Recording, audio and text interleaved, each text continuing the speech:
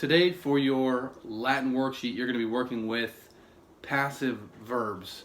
Passive as opposed to active. Active verbs are just your regular old verbs. Puer, portat, puer, pulsat. It's active because the subject is doing the action. And today we're working with passive verbs. Passive is something happening to the subject. Passive, remember, passive means something is happening to you. The passion of Christ. Christ is enduring something. That's where that word comes from. Yeah. I thought Dan and Mom were right. Not in here, no. Can you close the door? Love you. So, passive verbs. Verbs where the subject isn't doing something, but something is happening to the subject. So, I gave you an example already of an active verb. That's puer portat. Puer portat. And then in Latin, the passive would be puer portatur. Portatur. So in Latin, you form the passive by just adding that ur. You are. So any verb that you've ever used, that you've ever formed, form it like normal and add an ur. So portat, portatur. Fert, fertur. Ambulat, ambulator. Except that one doesn't make any sense because it can't be passive. But if it could, that's how you would form it. All right. I put a space here too because you usually want to say who's doing it. Because right now it says the boy is carried, but we want an agent who's doing the carrying. And the way we do that is with the preposition a. And I don't think I have enough room there, so let me put it down here. Puer a magistro. A magistro portatur. Puer a magistro portatur. So when you're forming the passive in Latin, you take your regular verb form and you add you are. Now it's passive. And most often you want to say the agent who's actually doing the carrying, and you use the preposition a, and you use it the same way as we always have. We say puer a magistro ambulat. You use ab, right? A before consonants, a before vowels. Whenever you use this preposition, and it means away from, you use this ending. You use the ablative ending, right? It's the same preposition. It means something slightly different, but it's the same preposition, so you need to use the same ablative ending. Puer a magistro portatur. And now we're going to talk about how you're going to translate this, because children, sometimes have a hard time recognizing when they're dealing with the passive, and they have a hard time recognizing or realizing how they need to translate it. So we've talked about this before. The way that you translate it, and when you know that you need to translate into a passive in Latin, is whenever you see is, ed. We've talked about that. Is, ed. So the boy carries.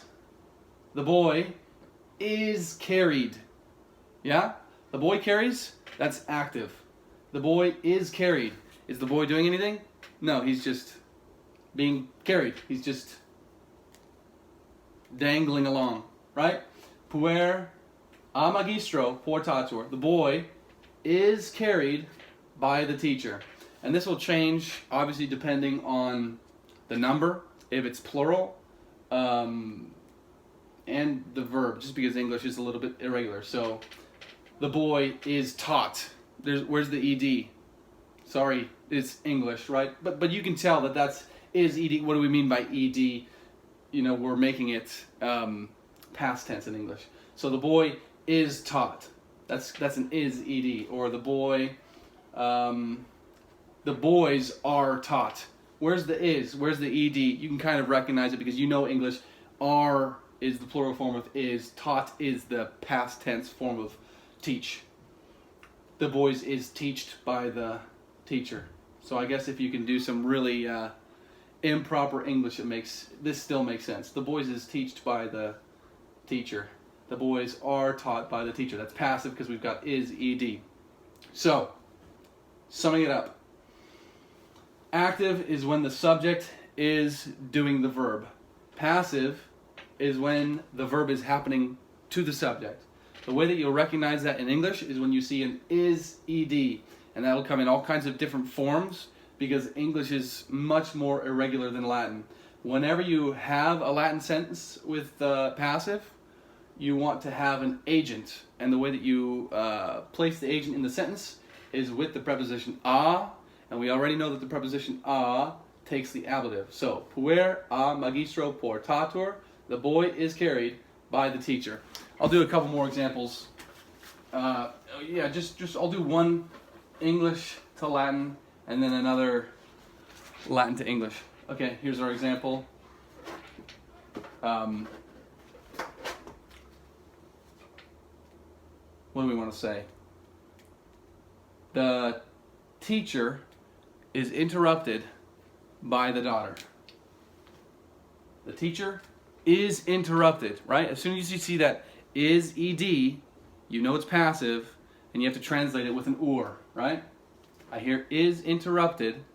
That's not active. It's something that's happening to him. It's passive. I need to translate it with or. The teacher is interrupted by the daughter. Magister. And remember, we want to put the verb at the end, so we're not going to say interpellatur already. Magister a filia. A filia. A usually means away from, but in these passive sentences it means by. Filia, that's the ablative ending, same as the nominative. Magister a filia interpellatur. Interpellatur. Magister a filia interpellatur. Interpellat, pellere. I can't guarantee for sure that this is the etymology of this word, but pellere is to kind of like to push, propel. We definitely get propel in English from pellere. So pellere is kind of to push. Inter is in between. So interpellare is kind of to force yourself in between, right? Interpellat means she forces herself in between. She interrupts. Interpellatur means he is interrupted. He is having someone push themselves in between. So, magister a filia interpellatur. In my English sentence, I heard is interrupted. I heard is ed. I knew it was passive, so I translated it with the passive ending, and I have the agent here with the preposition a and the ablative ending. Okay, now let's do one from Latin to English.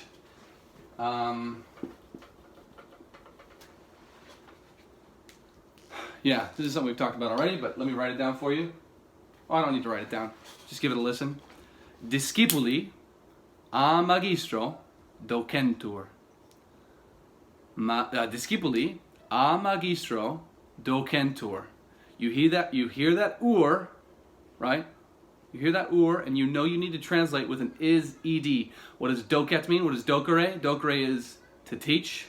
So docentur, you hear the n, that means it's plural because it's discipuli docentur. To teach, but now I need to change it into an is ed, right? Is ed. To teach, are taught. Yeah? Because it's plural, and teach doesn't conjugate regularly. It's a little bit strange, but I think you guys understand, right? Are taught is, are is the plural, taught is the past tense. It's not teached. You could say is teached, right? You can even do it wrong, like I said before. Do it wrong, and then you'll recognize what's right. The boys is teached. Wait, how do we actually say that? The boys are taught. So if it's confusing, do it wrong. The boys is teached. Oh yeah, the boys are taught. So the boy docentur are taught a magistro. Discipuli a magistro docentur. The boys are taught by the teacher. Okay, so go ahead and do the Latin worksheet that I gave you guys. Do the whole thing faithfully without looking at the answer key. Look at it afterwards and make sure that you really look in detail at every single letter, because obviously in English, if you miss a letter, you've just misspelled something. But in Latin, if you miss a letter, you've missed the whole grammar lesson. So really look at every single letter carefully to make sure you've spelled everything properly. And remember what we talked about. You are, ur in Latin is ed. Or if you see is ed in English, you need to translate it as ur in Latin. And if it's active, if the subject's doing it, then you just translate it like you normally would.